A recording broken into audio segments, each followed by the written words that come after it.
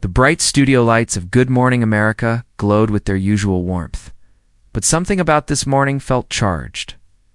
Keanu Reeves, known worldwide for his quiet humility and peaceful aura, sat across from George Stephanopoulos, ready to talk about his latest film. The atmosphere started light, filled with laughter and polite small talk. But behind the smiles, tension simmered, subtle, unspoken, and waiting for the right spark. George leaned forward, his practiced smile barely concealing a sharper intent. "Keanu, people say your latest film promotes a message that's controversial," he began, his tone more pointed than curious. Keanu smiled faintly, calm as always. "Art," he replied softly, "should make people think, even if it makes them uncomfortable." The audience chuckled lightly, sensing the charm. But George wasn't smiling. The air shifted. A faint silence stretched between their words, the kind that tells you something is about to break.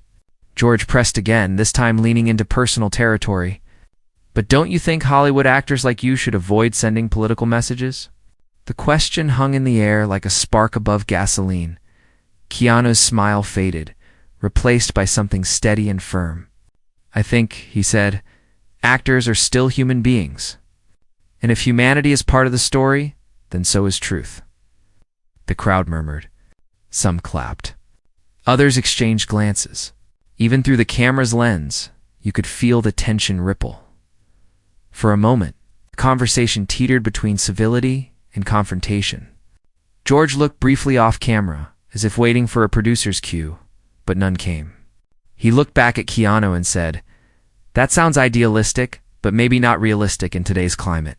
Keanu tilted his head, eyes narrowing slightly. "Maybe the problem isn't the message," he said quietly. "Maybe it's how people choose to hear it." That line hit. The control room went silent.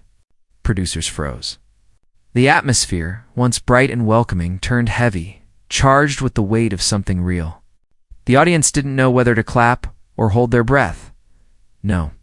One yet realized this moment would spiral into one of Good Morning America's most talked about segments, the day Keanu Reeves. Calmness met George Stephanopoulos' persistence head-on. Asterisk.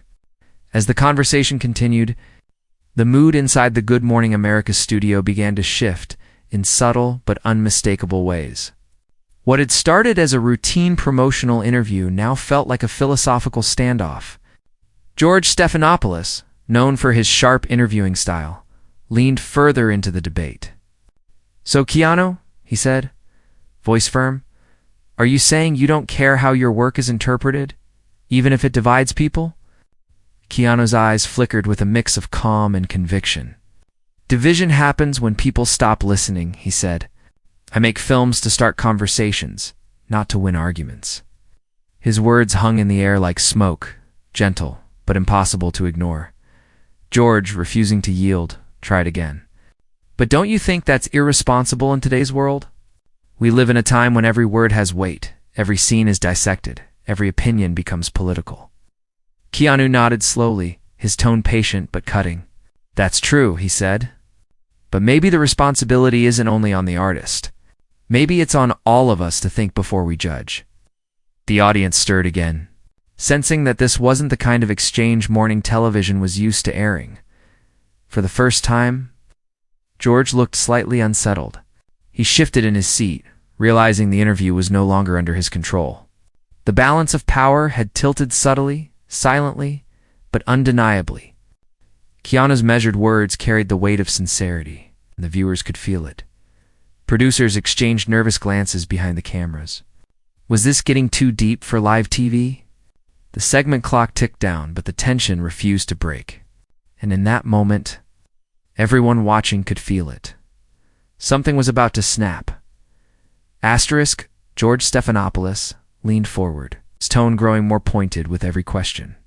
"Keanu, let's be honest," he said, voice steady but edged with challenge. "You've built your image on being calm and detached, the nice guy of Hollywood. But isn't that just an act? Maybe the world wants authenticity, not mystery." The audience shifted in their seats, sensing the tension sharpen. Keanu's calm expression didn't waver, but there was a new intensity in his eyes. Quiet, powerful, controlled. He took a breath before speaking. Authenticity, he said, doesn't need to shout. It just needs to be honest. A murmur rippled through the crowd. The studio lights felt hotter now, the air tighter. George tried to maintain his composure, but Keanu's quiet authority seemed to undo every attempt at control. So, you're saying silence speaks louder than words? George countered. Keanu leaned slightly forward, his voice calm but firm. Sometimes silence says everything people are too afraid to admit. The line landed hard. The crowd gasped, a few applauded, and the camera zoomed in instinctively. Catching the exact moment tension met truth. George's smile faltered. He tried to pivot the conversation, but the dynamic had already shifted. Keanu's composure radiated strength. George's insistence now looked defensive. Every word that followed seemed to push them further apart. Off camera, the producers signaled to wrap, but the control room hesitated. The energy was electric, unpredictable. Something about this confrontation felt raw, real, and impossible to turn away from. Then George asked one question too many. Keanu, are you suggesting the media people like me are part of the problem? Keanu looked straight at him. I'm suggesting, he said slowly, that when truth becomes inconvenient, people start calling it a problem. Studio fell silent. The silence that followed Keanu's last words felt heavier than sound itself. George Stephanopoulos blinked, caught off guard by the bluntness of the response. The audience froze, sensing they had just witnessed a line crossed, one that live television rarely dares to approach. Cameras kept rolling. Every eye in the studio was fixed on the two men sitting under the glaring lights. George adjusted his papers, trying to regain composure. That's quite a statement, he said tightly. Are you accusing the media of twisting the truth? His tone carried a sharp edge now, the professionalism fading behind frustration. Keanu didn't flinch. I'm not accusing, he replied softly. I'm observing. He leaned back in his chair, completely unshaken, his calm presence now almost unnerving. Sometimes truth doesn't fit the script, and that scares people. The crowd erupted in a low mix of gasps and whispers. George's face hardened. This isn't a movie, Keanu. This is a news program. We deal in facts. Keanu tilted his head slightly, a hint of sadness in his eyes. Facts, he said, can be used like mirrors or like weapons. Depends on who's holding them. That single sentence sent a chill through the air. The director in the control room whispered frantically through the earpiece, suggesting they cut to commercial. But before George could respond, Keanu continued. I respect journalism, he said, but not when it forgets its heart. Tension snapped. George stood slightly, visibly irritated. Maybe you should remember this isn't your movie set, he muttered. The words hit like a spark. Keanu straightened, eyes locked. Maybe you should remember it's still real people you're talking to, he said firmly. The studio went dead quiet. Something irreversible had just happened on live TV. The atmosphere inside the Good Morning America studio was electric, the kind of tension that vibrated through every light, every camera, every silent breath. Producers in the control room exchanged frantic looks, unsure whether to cut the feed or let the moment play out. It wasn't every day that an interview with Keanu Reeves spiraled into a live confrontation.